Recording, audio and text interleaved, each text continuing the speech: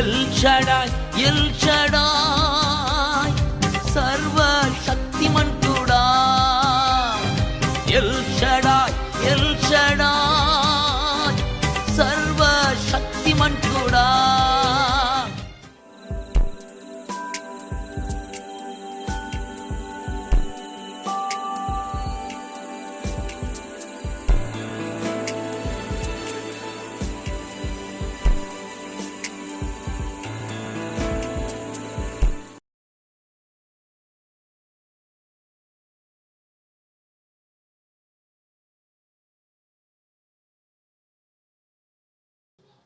దేవునికి స్తోత్రం. దేవుని బిడ్డలకు అందరికీ కూడా వందనాలు. ఈ సమయంలో దేవుని వాక్యంలో నుండి కీర్తన గ్రంథం 35వ అధ్యాయం 13వ వచనం చదువుకుందాం. కీర్తన గ్రంథం 35వ అధ్యాయం 13వ వచనం.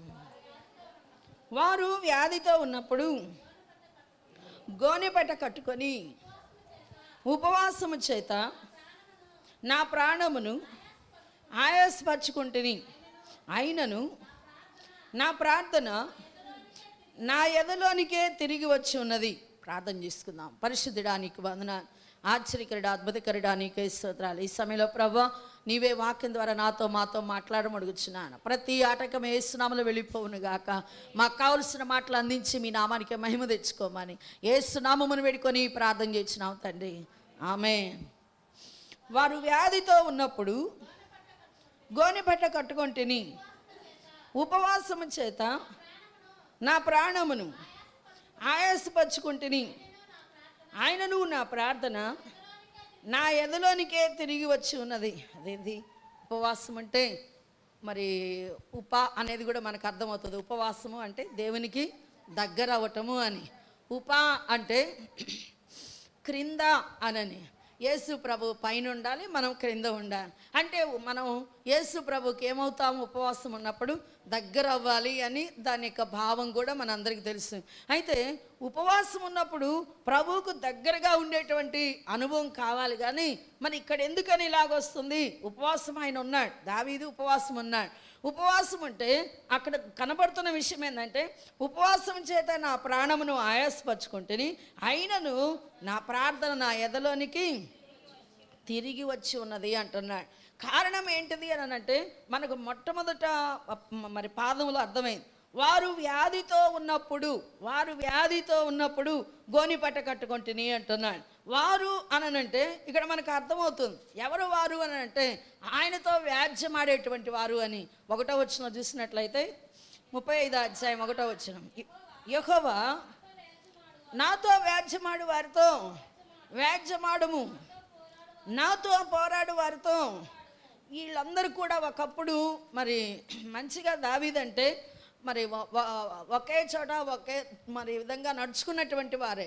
అయితే తర్వాత ఏమైందంటే, దావీదంటే సరిపడక వారు ఎలాగున్నారు అంటే దావీదుతో వ్యాజ్యమాడేవారిగా ఉన్నారు.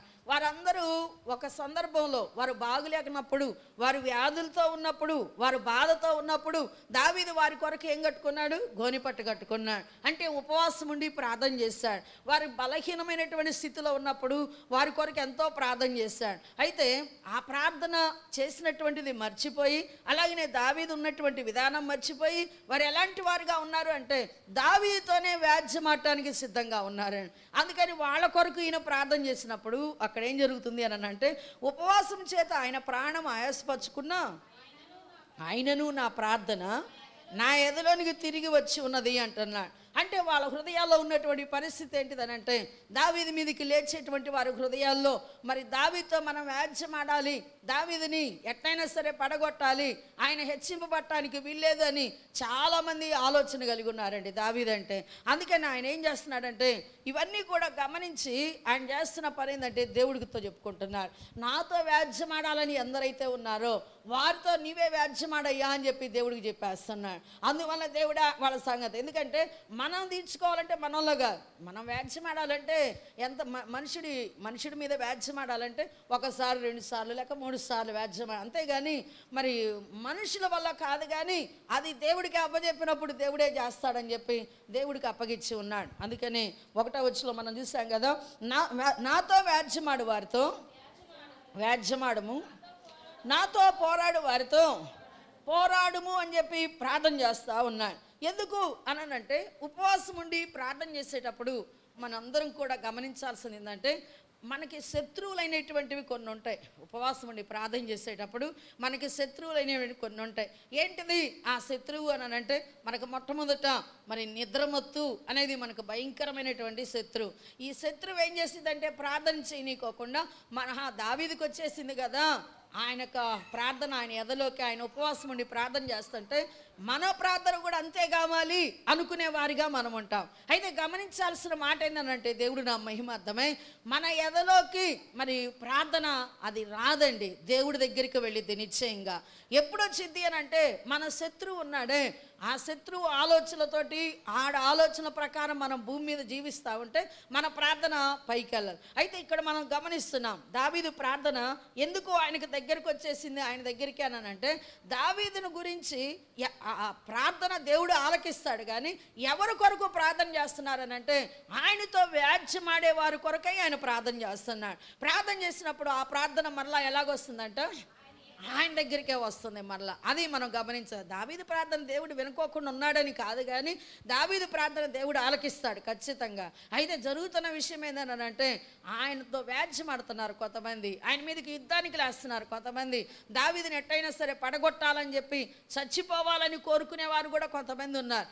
అందుకని వారు వ్యాధితో ఉన్నప్పుడు ఈయన ప్రార్థన చేస్తూ ఉంటే ఆ ప్రార్థన దేవుడు ఆలకించడం లేదు. వారు వ్యాధిగ్రస్తులుగా ఉంటే వారికి స్వస్థత రావటం లేదు. ఎందుకు రావటం లేదు అని అంటే ఈయన మీదకి ఏం చేస్తున్నారు, వారు లేస్తున్నారు. అందుకని దేవుడు ఆ ప్రార్థన ఏం చేస్తున్నాడంట వారి దగ్గరికి ఆయన దగ్గరికే వస్తుందని మనకు అర్థమవుతుంది. మనమేమనుకుంటామంటే కొన్ని సమయాల్లో మనకు కూడా మన ప్రార్థన కూడా అని అనుకొని మనం అనుకుంటూ ఉంటాం. మన ప్రార్థన కూడా వింటలేదు దేవుడు అనుకుంటాం. దావీదు ప్రార్థన వినలేదు, మన ప్రార్థన కూడా వినలేదు.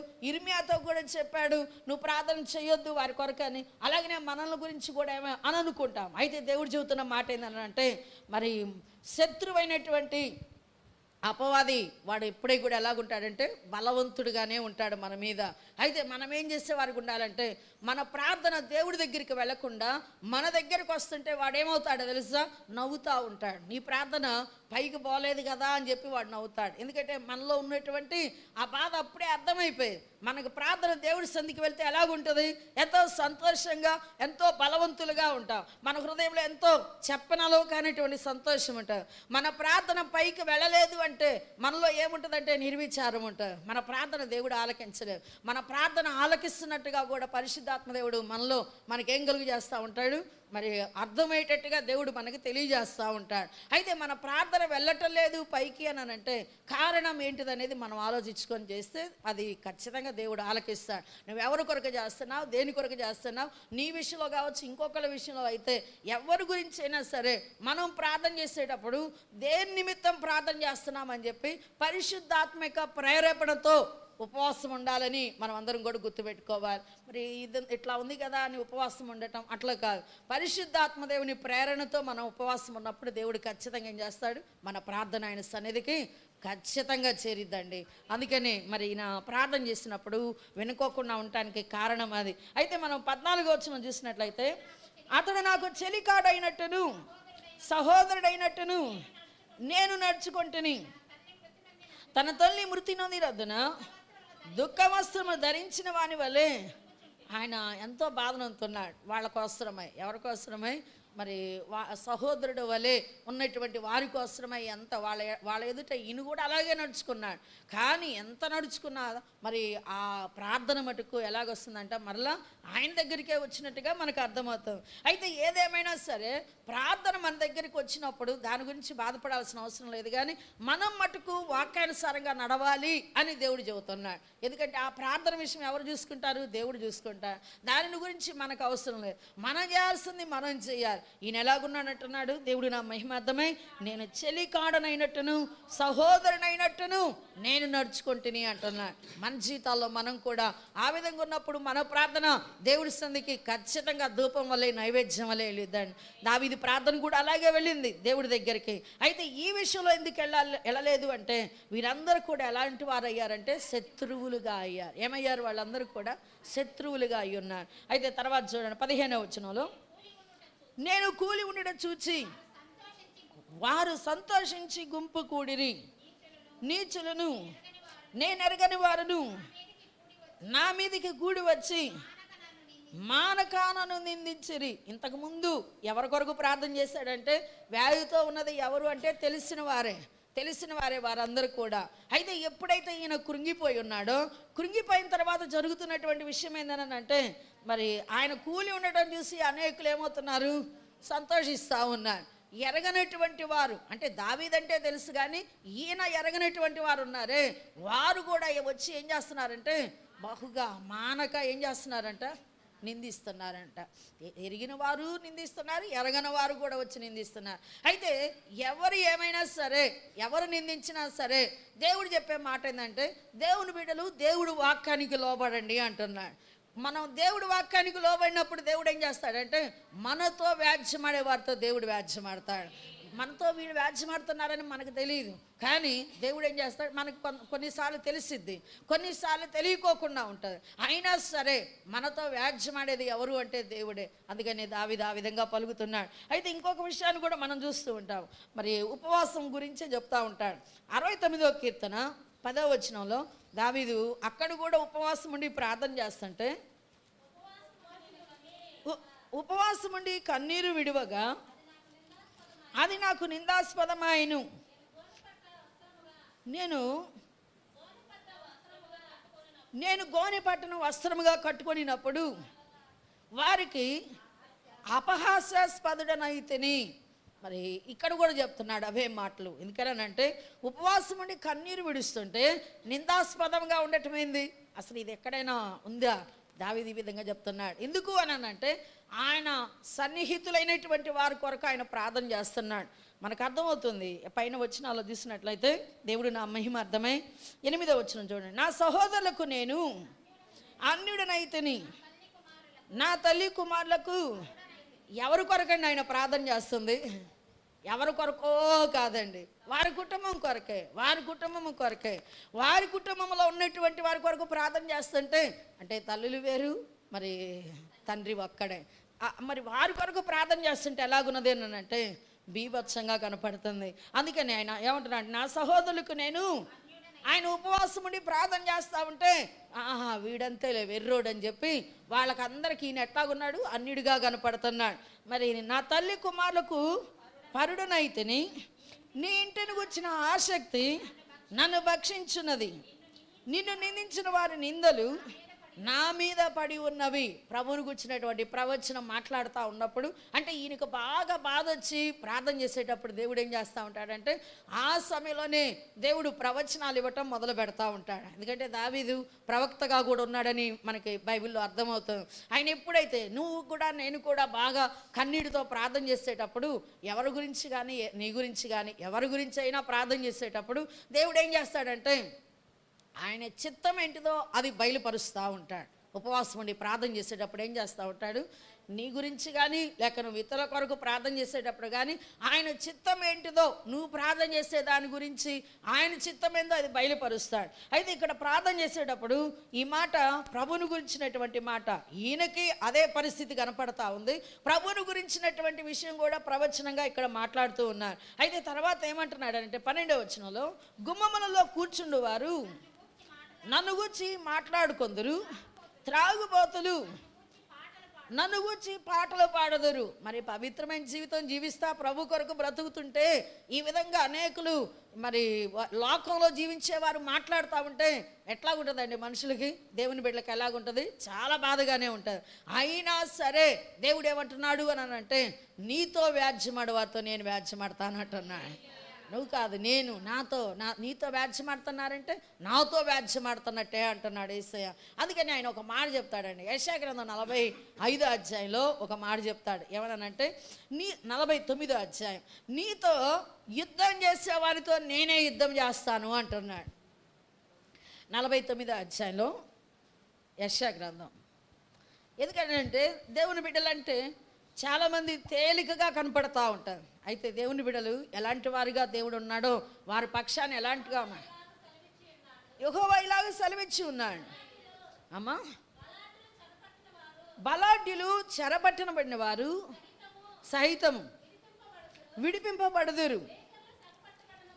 భీకరులు శ్రమ పెట్టిన వారు విడిపింపబడుదురు. నీతో యుద్ధం చేయవారితో నేనే యుద్ధం చేసేదను, నీ పిల్లలను నేనే రక్షించేదను, యెహోవానగు నేను. చాలా ఇక్కడ మనం గమనించాల్సిన మాట ఏంటంటే, బలాఢ్యులు చెరపట్టిన వారు సైతం కూడా విడిపింపబడతారు అంటున్నాడు.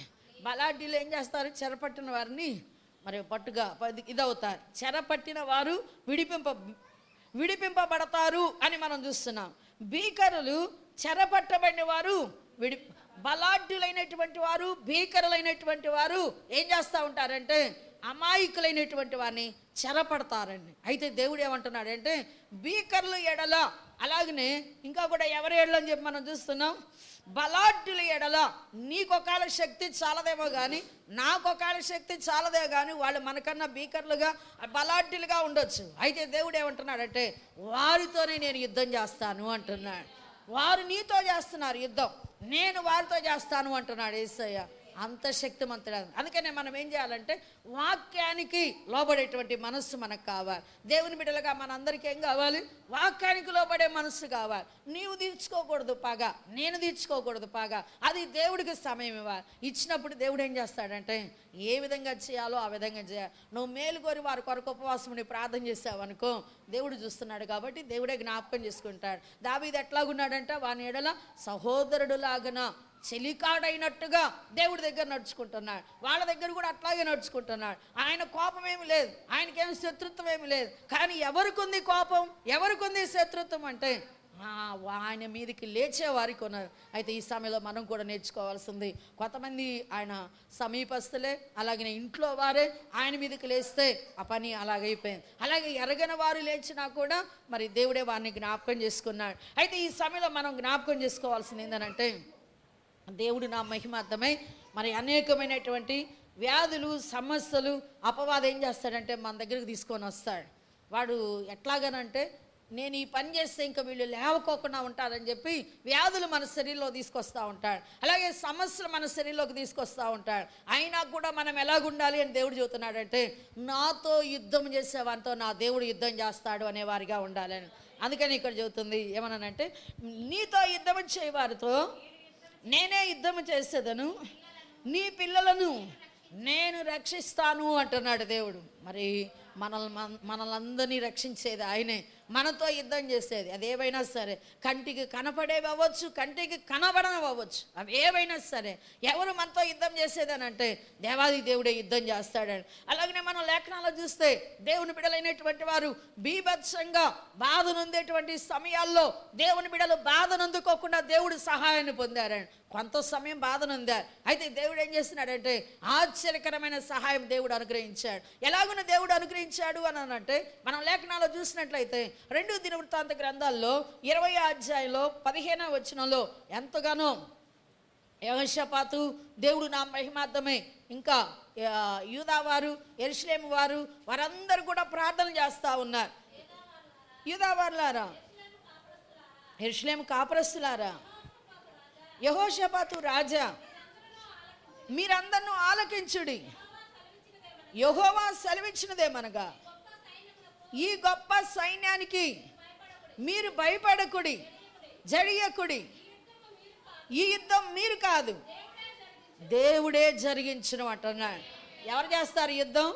నీతో యుద్ధం చేయడానికి వచ్చిన వారు. అక్కడ యెహోషాపాతుతో యుద్ధం చేయడానికి, యెహోషాపాతు యొక్క మరి అంటే ఆ సైన్యముతో, అంటే దేవుని బిడ్డలతో చేయటానికి యుద్ధం వచ్చిన వారు ఎవరు అని అంటే 3 రాజులు మనకు అర్థమవుతుంది.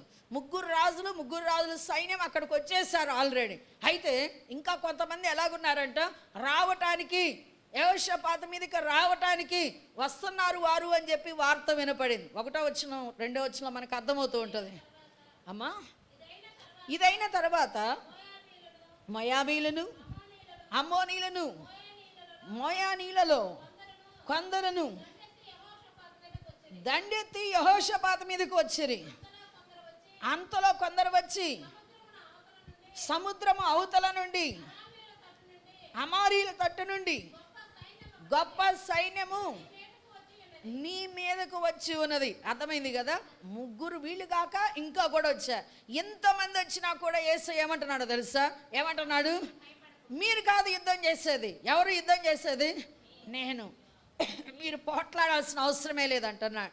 మీరు కాదు యుద్ధం చేసేది అంటున్నాడు. అదేంటి, పాత నిబంధనలో యుద్ధం చేయొచ్చు కదా, అయినా కూడా మీరు కాదు యుద్ధం చేసేది అంటున్నాడు. కారణం ఏంటిది అనేది మనం తెలుసుకోవాలి. దేవుడు ఏ విధంగానైనా సహాయం చేస్తాడని. ఎందుకంటే ఆశ్చర్యకరుడు కాబట్టి ఆయన ఆశ్చర్యకరమైన సహాయం దేవుని బిడ్డలకు చేయాలని చెప్పి దేవుడు ఉన్నాడు. అందుకని ఆశ్చర్యకరమైన సహాయాన్ని దేవుడు అందించి ఉన్నాడు. ఎలాగునంటే మీరు పోట్లాడే పనే లేదు. ఎంతమంది వచ్చి ఇట్లాగుంటే వాళ్ళు ఎంత నెమ్మదిగా ఉండగలుగుతున్నారండి. ఆ మాట చెప్పిన తర్వాత అక్కడ ఎలాగున్నారంటే ఆయన దేవుడు చెప్పిన తర్వాత మాట యెహోషాపాతు సాష్టాంగపడ్డాడంటండి.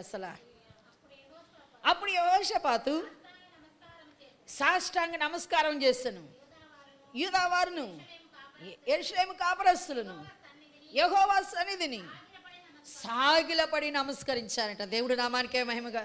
ఎంతమంది మా మీదకి వస్తుంటే, ఇంతమందికి లేచి మా మీదకు దిగి ఉంటే ఇక్కడికి యుద్ధంలో, అయితే యేసుప్రభు అక్కడ చెప్పిన మాట ఏంటంటే మీరు యుద్ధ పంక్తులుగా ఉండండి అంతవరకే, కానీ వాళ్ళ మీదకి మీరు ఇప్పుడు కాదు యుద్ధానికి, రేపు మీరు వెళ్ళేదని చెప్పేసి ఉన్నాడు. ఆ విధంగా దేవుడు చెప్పినందుకు వాళ్ళ హృదయం ఎంత నెమ్మదిగా ఉందంటే అది చెప్పనలవకానటువంటి నెమ్మది అనమాట. వాళ్ళు సాగిలు పడ్డారంటండి యేసయ్యకి. మనం కూడా ఏం చేసేవారిగా ఉండాలి? మనం ఎప్పుడైతే ఉపవాస ప్రార్థన చేస్తామో దానికి దేవుడు జవాబిస్తాడు. ఇచ్చినప్పుడు మనం ఏం చేసేవారిగా ఉండాలి? ఆయనకు సాగిలి పడేవారిగా ఉండాలి. అప్పుడు దేవుడు నీ పక్షాన్ని యుద్ధం చేయటం ప్రారంభం చేస్తాడు. మనం చేయాల్సింది మనం చేస్తే ఆయన చేయాల్సింది ఆయన చేస్తాడు. అయితే ఎప్పుడైతే వారు ఆ విధంగా సాగిలి పడ్డారో దేవుడు నా మహిమార్థమే ఉదయ కాలంలోనూ వారు ఏం చేయాలో దేవుడే వారికి నిర్ణయించాడు. వారందరూ కూడా యుద్ధ పంక్తులుగా ఉండమని చెప్పాడు. అయితే దేవుని స్తుతించడానికి ఆరాధించడానికి వారు మొదలు పెట్టారండి. అందరూ కూడా యుద్ధ పంక్తులు, సైన్యమేమో ఆ విధంగా ఉంది. దేవుని స్తుతించే వారు వచ్చి అక్కడ నిలబడ్డారు. యెహోషాపాతు దేవుని స్తుతించండి అని చెప్పినప్పుడు అందరూ కూడా దేవుని స్తుతిస్తూ ఉన్నారు. యెహోవా కృప నిరంతరము ఉండును గాక అని దేవుని కృపని వేడుకుంటా ఉన్నారు. ఆ సమయంలో ఏం జరిగింది అని అంటే యుద్ధం వాళ్ళు చేయలేదండి. ఎవరు చేసుకుంటున్నారు? దేవుడేమో ఆయన ఏం చేస్తున్నాడని అంటే మాటుగాళ్ళను పెట్టేశాడు. అయితే అక్కడ జరుగుతున్న విషయం ఏంటిది అని అంటే దేవుడు నా మహిమార్థమై వారికి వారే చేసుకుంటున్నారండి యుద్ధం. ఎవరు చేసుకుంటున్నారు? ముగ్గురు రాజులు వారికి వారే చేసుకుంటున్నారు. అయితే వాళ్ళదంతా అయిపోయిన తర్వాత ఒకళ్ళు పొడుచుకొని చచ్చిపోయారంటే. చచ్చిపోయిన తర్వాత ఏం చేస్తారు? అప్పుడు దేవుని బిడ్డలు వచ్చి ఏం చేయడం జరిగింది? అక్కడ వారి మీద ఉన్నటువంటి బంగారాన్ని ఏరుకుంటా ఉన్నారు. కొల్ల సొమ్ము అంతా కూడా దోచుకుంటున్నారు. 3 రోజులు పట్టింది. మరి ఇదంతా ఎంత ఆశ్చర్యమో చూడండి. అంటే నీతో యుద్ధం చేసేవాడితో ఎవరు యుద్ధం చేస్తానంటున్నాడు? నువ్వు కాదు చేసేది, నేను చేస్తానని అక్కడ నిరూపించాడు అనమాట యేసయ్య. అదే మనం అందరం తెలుసుకోవాల్సింది. మన దేవుడు ఎలాంటి వాడంటే మాట చెప్పి మౌనంగా ఉండే దేవుడు కాదండి. మాట చెప్తే దాన్ని ఏం చేస్తాడు? ఆయన నిరూపిస్తాడు కదా, నెరవేరుస్తాడండి ఖచ్చితంగా. అందుకని మన దేవుడిని మనం ఏం చేసేవారిగా ఉండాలంటే మన హృదయపూర్వకంగా ఆయనకి సాగిలి పడేవారిగా ఉండాలి. వీళ్ళు యెహోషాపాతు వీళ్ళందరూ ఆ మాట వినినప్పుడు ఎంతగానో హృదయపూర్వకంగా దేవుడి దగ్గర సాగిలి పడ్డారు. ఎంతో నెమ్మదిగా మరి యుద్ధం జరగటం అక్కడ వీరు కాదు కానీ వారే చేసుకున్నారు. ఒకళ్ళు పొడుచుకొని ఇదైపోయి ఉన్నారు. కాబట్టి మన జీవితాల్లో కూడా అలాగుండాలి. అయితే ఇప్పుడు కంటికి కనబడినటువంటి శత్రువుల విషయంలో కూడా యేసు ప్రభు ఎలాగుండమంటున్నాడు అని అంటే మనం ఎన్నోసార్లు ఈ వాక్యాన్ని చదువుకుంటూ ఉంటాం. అయినా కూడా మనం మర్చిపోయి మరలా ఎలాగుంటున్నామంటే శరీర సంబంధులుగా జీవిస్తున్నాం. శరీర సంబంధమైన మన దగ్గర దూరం అవును గాక. శరీర సంబంధమైన మన దగ్గర నుండి దూరం అవ్వాలి. ఈ రోజున మనం ఒక విషయాన్ని మనం చెప్పుకుందాం. ఏమనంటే మనలో అనేకమైనటువంటి ఆటంకాలు, ఇబ్బందులు ఎలాగుంటాయి అవి అని అంటే పరిశుద్ధాత్మిక సన్నిధి నువ్వు అనుభవించుకోకుండా ఎన్నో ఆటంకాలు వాడు చేస్తూ ఉంటాడు. పరిశుద్ధాత్మిక సన్నిధి నువ్వు అనుభవించినప్పుడు ఏం చేస్తూ ఉంటాడంటే ఆ కంటికి కనపడినటువంటి వాటి విషయంలో దేవుడు సహాయం చేస్తాడు. అయితే ఆ సన్నిధి మనం అనుభవించినప్పుడు ఈ కంటికి కనబడని మన మీదకి వచ్చినప్పుడు వాటి మీద జయమును అందాలంటే కష్టంగా ఉంటుంది. అయితే ఎఫ్సీలకు రాసిన పత్రికలో మనం చూస్తున్నట్టయితే దేవుడు నా మహిమార్థమై 6వ అధ్యాయం ఈ కంటికి కనపడినవి ఎన్నో మన మీదకి వస్తాయి. అయితే వాటన్నిటిని కూడా ఎదిరించడానికి 12వ వచనం చదవండి. తర్వాత ఏలయనగా మనము పోరాడినది శరీరులతో కాదు, ప్రధానులతోనూ అధికారులతోనూ ప్రస్తుత అంధకార సంబంధులకు లోకనాథులతోనూ ఆకాశ మండలమందున్న దురాత్మల సమూహములతోనూ పోరాడుచున్నాము. అందుచేతను మీరు ఆపద్దినమందు వాని ఎదిరించుటకు సమస్తమును నెరవేర్చిన వారే నిలవబడుటకును శక్తిమంతుడగినట్లు. అదండి దేవుడిచ్చే సర్వాంగ కవచాన్ని మనం ధరించుకోవాలి. నువ్వు ఎప్పుడైతే వాక్యాన్ని నెరవేరుస్తున్నావో దేవుడు నీకేం కలుగు చేస్తూ ఉంటాడు? సర్వాంగ కవచం. అది నీకు అర్థం కాదు. అంటే అర్థం అంటే ఆత్మలో అర్థమైంది, శరీరానికి చూసుకుంటే మనకేం అర్థం కాదు. ఆత్మలో మటుకు అర్థమైంది ఖచ్చితంగా. దేవుడు నీకు ఇచ్చినటువంటి సర్వాంగ కవచం ఎలాంటిదో, కంటి కనపడని వాటి మీద ఎలాగునా ఎందుకు దేవుడు ఇస్తున్నాడు ఆ యొక్క సర్వాంగ కవచం అంటే నువ్వు సమస్తమును కూడా నెరవేర్చడానికి సిద్ధపడ్డావు, నెరవేర్చడానికి పూనుకున్నావు. దేవుడు నా మహిమార్థమే. అయితే దేవుడు ఏమంటున్నాడు అని అంటే అక్కడ మనం చూస్తూ ఉంటాం. ఉపవాస ప్రార్థనలో ఇందాక మనం కొన్ని విషయాలు చెప్పుకున్నాం. మనకి శత్రువులుగా ఉండేటువంటి వాటిని విడిచిపెట్టేసి మనం అక్కడ సమస్తము నెరవేర్చాలని సిద్ధపడుతున్నాం. అందుకని దేవుడు ఏం చేస్తాడని అంటే ఆ సర్వాంగ కవచాన్ని మనకు అనుగ్రహిస్తాడు. ఏంటివి అని అంటే మనకు ఉపవాస ప్రార్థన గురించి యేసు ప్రభు చెబుతూ ఉంటాడు. ఏంటనంటే మత్తయి సువార్తలో 6వ అధ్యాయంలో ఉంటుంది. వేషధారణ అనేది భయంకరమైనటువంటి శత్రువు అండి మనకి. 6వ అధ్యాయం 17-18 వచనాల్లో ఉంటుంది. చదవండి.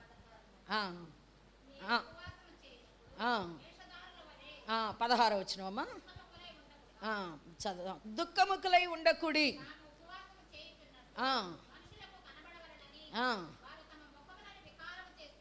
ఇక్కడ మనం చూస్తున్నాం ఈ ఉపవాస ప్రార్థనలో మనకి శత్రువుగా ఉన్నది ఏంటిది అని అంటే వేషధారణ అండి. ఇది భయంకరమైనది. మనుషులు కనపడాలని వేషధారణతోటి ఉంటూ ఉంటాం. ఇది మన దగ్గర నుండి వెళ్ళిపోవాలి. ఇది మన దగ్గర నుండి వెళ్ళిపోయినప్పుడు నీ ప్రార్థన ఎలాగుంటుందంట దేవుడి దగ్గరికి ఖచ్చితంగా ధూపం వలె నైవేద్యం వలె చేరుతూ ఉంటుంది. అందుకని ఈ వేషధారణ మన దగ్గర ఉండకూడదు. మనుషులు చూస్తున్నారు అనేదిగా ఉండకూడదు. దేవుడు చూస్తున్నాడు నన్ను. ఈ మాట ఎవరు చెప్తున్నారు? యేసు ప్రభువే చెప్తున్నాడండి ఈ మాట. అందుకని అంటే ఉపవాస ప్రార్థనకి మరి మనుషుల్లో అంటే దేవుని బిడ్డల్లో ఏముంటుంది అని అంటే శత్రువు అయినటువంటి ఆలోచనలు కూడా మన దగ్గర ఉంటాయి. ఇది ఎవరు కలుగు చేస్తూ ఉంటాడు? సాతానుడే కలుగు చేస్తాడు. అందుకని వేషధారణ మన దగ్గర ఉండకూడదు. ఇంత మాత్రమే కాకుండా ఇంకొక విషయాన్ని కూడా చెప్తా ఉంటాడండి. ఏమన్నానంటే విస్తారమైన మాటలు. మనం ఎన్నో మాటలు చెప్తా ఉంటే ఆయన వింటాడేమో అనే ఆలోచన ఉంటుంది.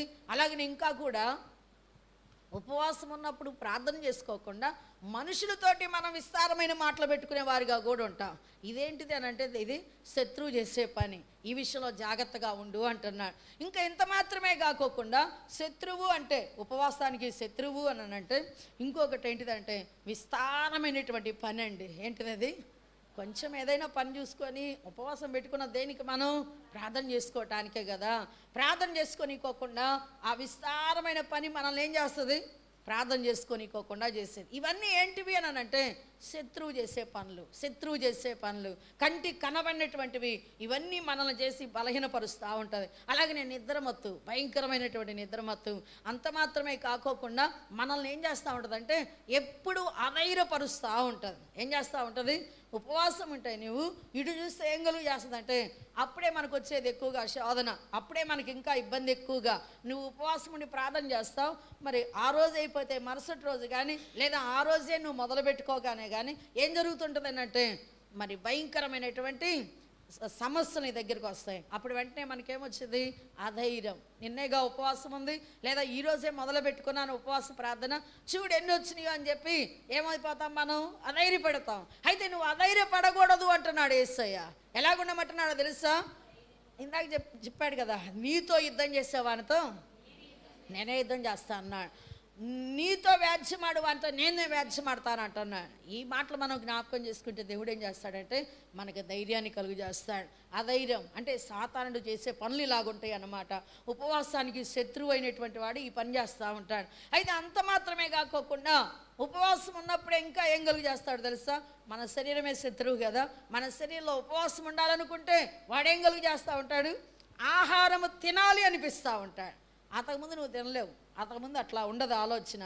కానీ ఆ రోజే ఏమనిపించింది అని అంటే ఆహారం తినాల్సిందే, అది తిందాం ఇది తిందామని చెప్పి వాడు నీకు ఎక్కడ తీసుకెళ్ళిపోతాడంటే మనసంతా కూడా ఆహారం విషయంలో తీసుకెళ్తాడు. అంటే ప్రార్థన కాకోకుండా ఇవన్నీ తీసుకొస్తాడండి. అందుకని శత్రువైనటువంటి వాడు చేసే పనులు ఇలాగుంటాయి. అయితే వాడిని మనమందరం కూడా దేవుడు నామంలో దేవుడు వాక్యాన్ని నువ్వు నెరవేరుస్తున్నావు అనుకో, అక్కడ రాయబడిన మాట అదే మనం ఇందాక ఎఫ్ఎస్సీలకు రాసిన పత్రికలో చదివాం కదా, సమస్తాన్ని నువ్వు నెరవేర్చేటువంటి వానిగా ఉంటే దేవుడు ఏం చేస్తాడండి, సర్వాంగ కవచాన్ని నీకు ధరింపజేస్తాడండి.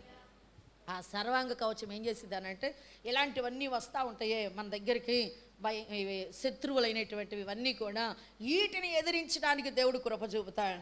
అవి నీ శరీరం మీద, నీ మనస్సు మీద, నీ యొక్క హృదయం మీద దాడి చేయకోకుండా దేవుడు సహాయం చేస్తూ ఉంటాడు. అందుకనే మనం అందరం కూడా శత్రువైనటువంటివి అంటే ఉపవాసానికి శత్రువైనటువంటివి ఇవన్నిటిని మరి దేవుడు నామంలో ఒకవేళ ఒకరోజు జయించలేకపోయావా కొన్నిటిని మరొక రోజు సిద్ధపరచుకో. ప్రభా ఇదిగో ఈ విధంగా చేస్తుంది. ఇదంతా ఏంటంటే దేవుడికి నీకు నాకు ఆయనకు ఉన్న సంబంధమే, కానీ వాళ్ళు అట్లా ఇల్లిట్ట ఇది అసలు కానే కాదండి. ఉపవాస ప్రార్థన ఇందా మనం చెప్పుకున్నాం. ఉపవాసం అంటే ఏంటిది, దేవుడికి దగ్గర అవ్వాలి, దూరం అవ్వకూడదండి. దగ్గర అవ్వటం నేర్చుకోవాలి. దగ్గర అయ్యేటప్పుడు ఆయనకు దూరంగా ఉండే విషయాలు ఇవన్నీ ఇప్పుడు మనం చెప్పుకున్నాం ఇవన్నీ. అయితే ఇవన్నీ ఏం చేస్తాయనంటే ఆయనకు నువ్వు దగ్గర అయ్యే కొలది ఇవన్నీ దూరం అయిపోతాయి. నువ్వు వాక్యానుసారంగా నడవడానికి సిద్ధపడ్డావు. అప్పుడు దేవుడు ఏం చేస్తున్నాడనంటే ఆ సర్వాంగ కవచానికి ధరింపజేస్తున్నాడు.